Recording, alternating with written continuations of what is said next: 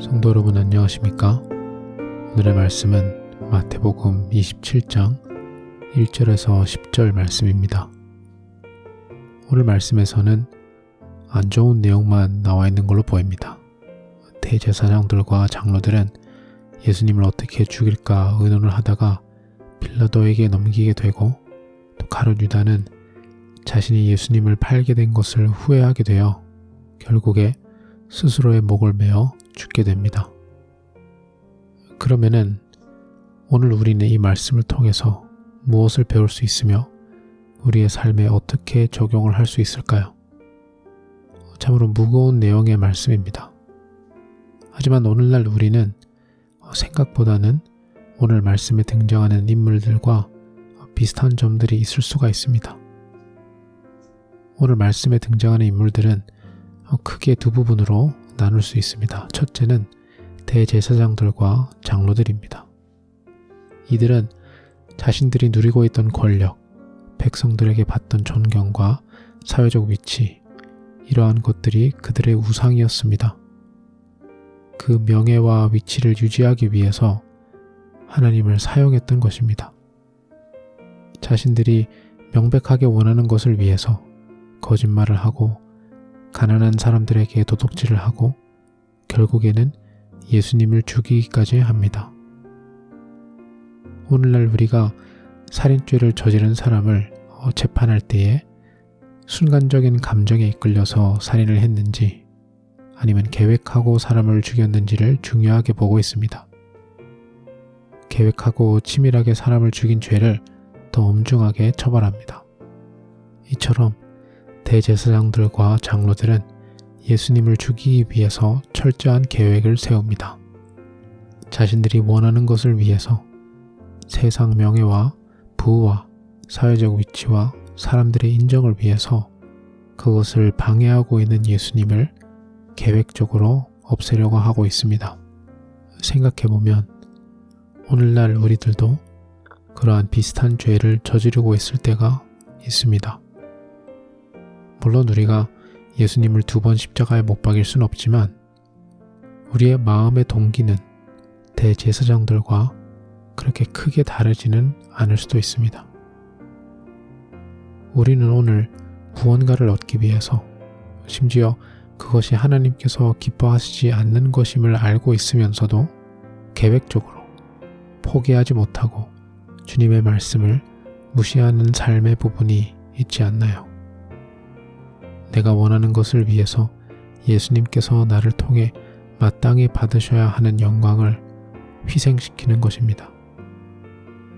저도 어릴 때였지만 20년, 30년 전에 한국 교회에서는 일요일에 돈을 쓰고 일하고 공부하는 것을 많이 망설여 했었습니다. 모든 사람들이 그렇게 살진 않았지만 그래도 되도록이면 일요일에는 하나님에게 집중하고 교회에서 교제하고 가족들과 함께 시간을 보내며 일주일의 하루를 하나님 앞에서 안식을 누리는 것을 중요하게 생각했었던 시절이 저도 조금 기억이 나고 부모님에게 전해 들었던 바가 있습니다. 율법적으로 주일은 이렇게 해야 되고 저렇게 해야 되고 저거는 하면 안 되고 그런 말씀이 아닙니다. 단지 세상 속에서 바쁘게 일주일간 생활했으니 주일 하루는 하나님과 함께 동행하는 것에 집중하고 하나님을 묵상하고 다른 교인들과 가족원들과 주님에게 집중하는 마음가짐이 중요한 것입니다. 하지만 오늘 한국에서는 고등학생이 되면 일요일에 학원 가는 것을 당연하게 생각합니다. 시험 기간이 다가오면 주일 예배마저 빠져도 이상하다고 생각하는 사람들이 많이 없습니다. 내가 원하는 인생의 성공을 위해서 아무리 일시적이더라도 나의 욕심을 방해하시는 주님을 의도적으로 외면하게 되는 우리들의 모습, 대제사장들과 장로들이 자신들이 원하는 것을 위해서 의도적으로, 계획적으로 예수님을 없애려고 하는 모습, 크게 다르지 않다고 생각합니다. 가룟 유다도 이와 비슷합니다. 제사장들과 장로들은 자신들이 원하는 것을 얻기 위해서 예수님을 없애버리려고 했다면 가룟 유다는 자신이 원하는 것을 위해서 예수님을 이용했었습니다. 예수님께서 대제사장들과 장로들에게 잡혀가시고 죽임 당하셨을 때 모든 제자들에게 그 상황이 충격적이고 어리둥절했을 것입니다. 예수님께서 죽으시고 부활하실 것이라는 것을 그 당시 제자들은 한 명도 믿는 사람이 없었을 것입니다. 모두 다 절망에 빠져 도망쳤습니다. 문제는 예수님께서 그 전부터 예루살렘에 올라가 고난당하시고 죽임 당하실 것이라는 사실을 제자들에게 꾸준히 말씀해 주셨습니다. 제자들은 그것을 듣고 어리둥절해했습니다. 하지만 시간이 지나면 지날수록 제자들이 바라던 것처럼 예수님께서는 군대를 일으키시거나 기적적으로 로마 군병들을 무찌르시거나 하시지 않으셨습니다. 기껏 해봤자 병든 사람들 고치고 나귀를 타고 예루살렘에 입성하시고 서로 사랑하라고 말씀하시며 제자들의 발을 씻겨주셨습니다. 지금쯤이면 조금이라도 눈치가 있는 제자들은 스스로 알게 되었을 것입니다. 예수님께서는 자신들이 원하는 것처럼 화려한 무력으로 이스라엘을 해방시킬 가능성이 점점 없어지고 있다는 것을. 베드로를 포함한 다른 제자들은 그래도 예수님을 사랑하는 마음이 있었기에 이해가 안 가더라도 예수님께서 잡혀가실 때까지 계속 예수님과 함께 하려고 했습니다. 하지만 돈을 사랑하고 눈치가 빠른 유다는 그러지 않았습니다. 자신은 예수님을 잘못 봤던 것입니다. 예수님은 자신이 원했던 것처럼 대단한 기적으로 로마군을 무찌르시고 자기에게 좋은 자리를 주실 것 같지가 않았습니다. 그러지 않으실 거면 돈이라도 조금 더 벌게 예수님을 팔아넘겨야겠다라고 생각했을 것입니다. 예수님을 사랑하는 마음은 없었고 마지막까지 예수님을 이용하려는 마음이었던 것입니다.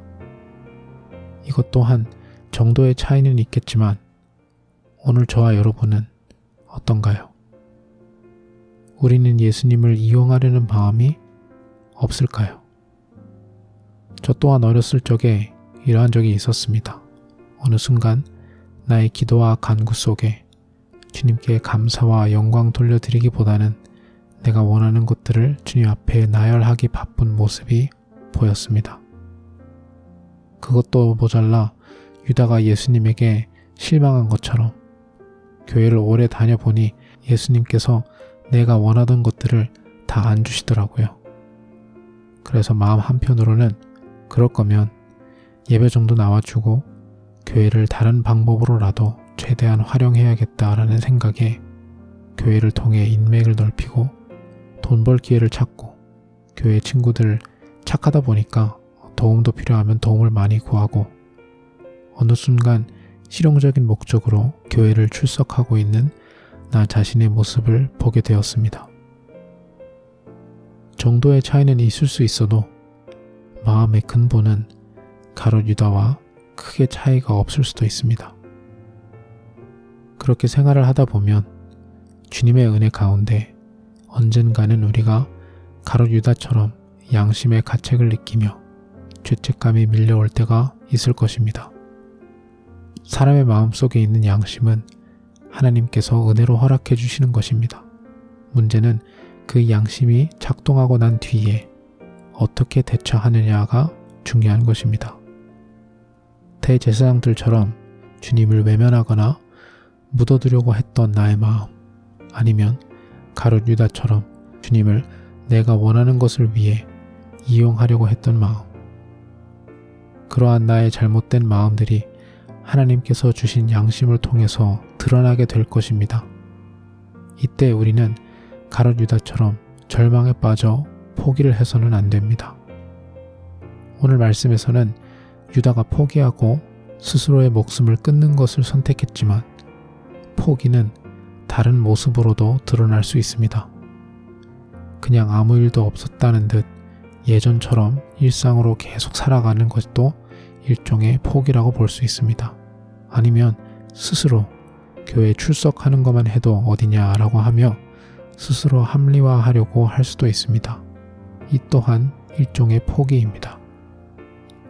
우리는 주님 앞에 나와 회개를 하고 돌이켜야 합니다. 우리의 행동을 돌이키는 것이 잘 안 된다면 주님에게 도와달라고, 나의 마음을 고쳐달라고, 다시 한번 주님을 향한 나의 사랑이 나의 삶의 우선이 되게 해달라고 주님 앞에 매달려야 할 것입니다. 그렇게 기도를 간절히 한다면 신실하신 사랑의 주님께서 우리를 반드시 용서하시고 다시 일으켜 세워주실 것입니다. 그 사실을 몰랐던 유다는 포기할 수밖에 없었던 것입니다. 하지만 주님께서 우리를 용서하시고 회복시켜 주실 것을 알기에 우리는 희망을 가지고 돌이킬 수 있는 것입니다.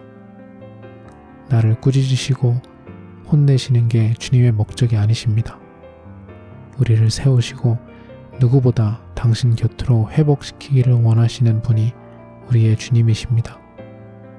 그러한 희망과 사랑의 주님이시기에 우리는 기쁨으로 회개하고 주님을 다시 우리의 삶의 중심으로 모실 수 있는 것입니다. 날마다 새롭게 주님이 우리의 삶의 중심이 되어 살아가시는 저와 여러분이 되시기를 간절히 소망합니다. 기도하겠습니다. 하나님 아버지, 잘 생각해보면 오늘 말씀의 대제사장들과 장로들, 그리고 심지어 가룟 유다의 삶을 보면 우리의 삶과 비슷한 부분들이 있음을 고백합니다. 주님께서 우리의 삶의 중심이 되시고 우리의 사랑의 대상이 되셔야 하는데 내가 원하는 다른 것들을 위해서 주님과 주님의 교회를 무시하고 심지어 이용해온 나의 모습을 돌아보며 회개합니다. 주님이 용서하여 주시옵소서. 누구보다 우리를 사랑하시고 선한 길로 인도하시는 주님이심을 알기에 믿음으로 용서를 구하며 앞으로는 용서받은 주님의 자녀로서 주님의 사랑에 이끌려 살아가는 우리 모두 될 수 있도록 주여 인도하여 주시옵소서. 감사드리며 예수님 이름으로 기도드립니다. 아멘.